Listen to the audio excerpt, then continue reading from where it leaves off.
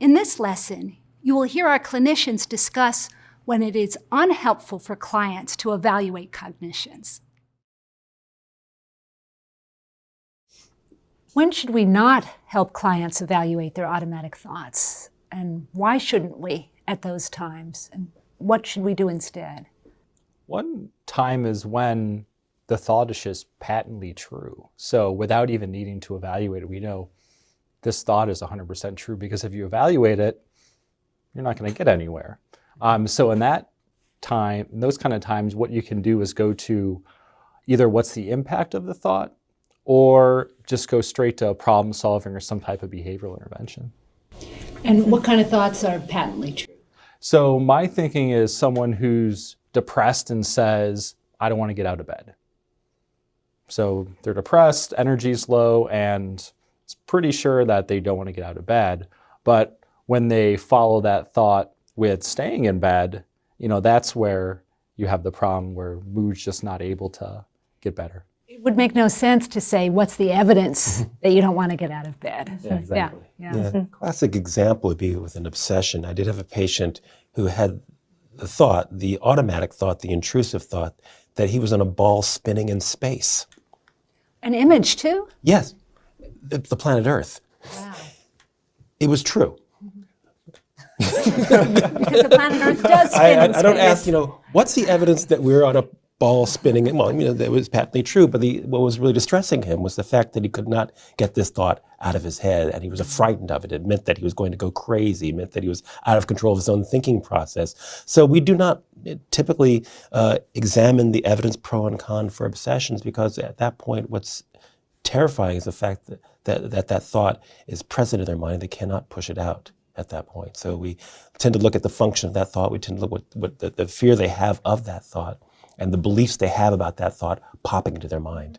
What's one belief they might have about a thought like that? Oh, I'm out of control. I'm out of control, which is a belief. My thinking is out of control. I will not be able to function. I will not be able to focus on my work, focus on my family, focus on my life, because I keep having this thought of us, being on a ball spinning in space. Now, for an astronomer, maybe a cosmologist, that thought would be quite comforting and quite interesting and quite enjoyable. For my patient, it was terrifying. And we might teach a patient like that we all have distressing thoughts and weird thoughts. Mm-hmm. It's not so much the thought that's the concern, it's how much attention we're paying to it and how much we believe it to be true. And that's very different than evaluating the validity of the thought. Correct. Mm-hmm. It's a different way to handle it. So it's kind of like focusing on the process of the thinking as opposed to the actual content. Yes. Which makes me think of a lot of people with depression too, where there'll be one negative automatic thought about themselves, which then they follow with thinking about all the other negative things about themselves. So, it'll take a long time to focus on each specific thought about themselves, about their life, about how it's going to be. So what you can do then is focus on what's the process of rumination going on here? What are the advantages? What are the disadvantages? Mm-hmm. So look more, like you said, Norman, the utility. If someone is ruminating or obsessing, instead of evaluating the thoughts, what would you work toward? Well, one instance I saw with your father years and years ago, there's a patient that he saw for a consultation, videotaped, we all sat for, in which this patient had this depressive rumination, could barely get out of bed, and he wanted at that point to examine the automatic thoughts. He had read about cognitive therapy. He had read about focusing on cognitions, and your father said that he wasn't ready for that yet. That what he had to focus on at that point was behavioral activation, first getting out of bed, being able to do those things. And initially, the patient was disappointed. Mm-hmm. He was disappointed because he was seeing the father of cognitive therapy. He wanted to work on his cognitions. And here it is, the father of cognitive therapy telling him to work behaviorally. But through the course of that session, the course of that consultation, he saw that was the right course of action. He wasn't quite ready to focus on the cognitions as yet. And it sounds like you're saying when emotion's really intense, it's not a good idea to work on automatic thoughts, at least all the time. Another time, I think, is when clients are having a hard time accessing any emotion. So I have a lot of male clients who are emotionally avoidant, And any question you ask them goes straight to thinking. You ask them how they feel, they really don't know much going on there, so they focus on their evaluations. So in those cases, I just go to, okay, well, let's try to focus on what do you feel in your body right now? Where in your body do you feel this? Describe it to me. Let me know how it feels. So I try to take away the thought aspect and just have them focus on the sensations involved in the emotion to try to get them more in tune. Because one of the coping mechanisms is to go in your head and to analyze, which takes you away from your emotional experience.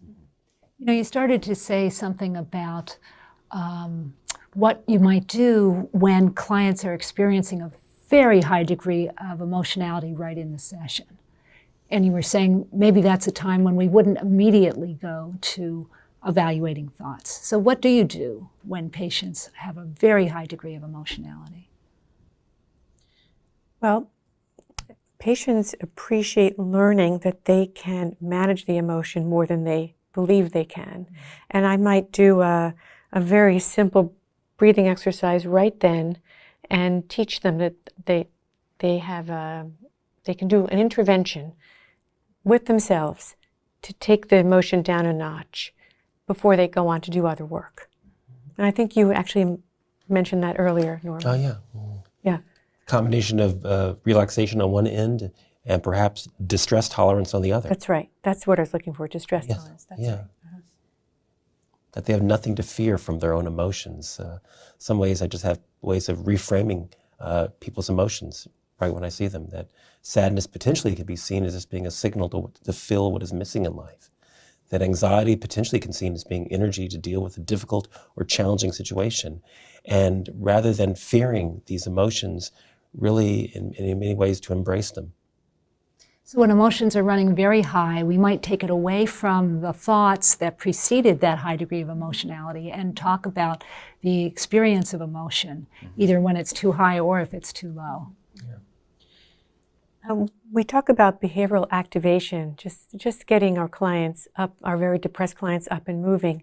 And sometimes I use the illustration, if it doesn't seem to be going so well, I'll use the illustration of the last time you were home with a bad cold.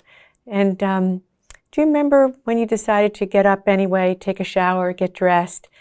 Did you feel any better than before that? And they'll say, yeah, that's right, I actually did. And so we'll use that as a metaphor for how important it is right now to get up and when you're depressed to get up and get moving. And that might even be a behavioral experiment that they try to see if there's any difference in how they feel.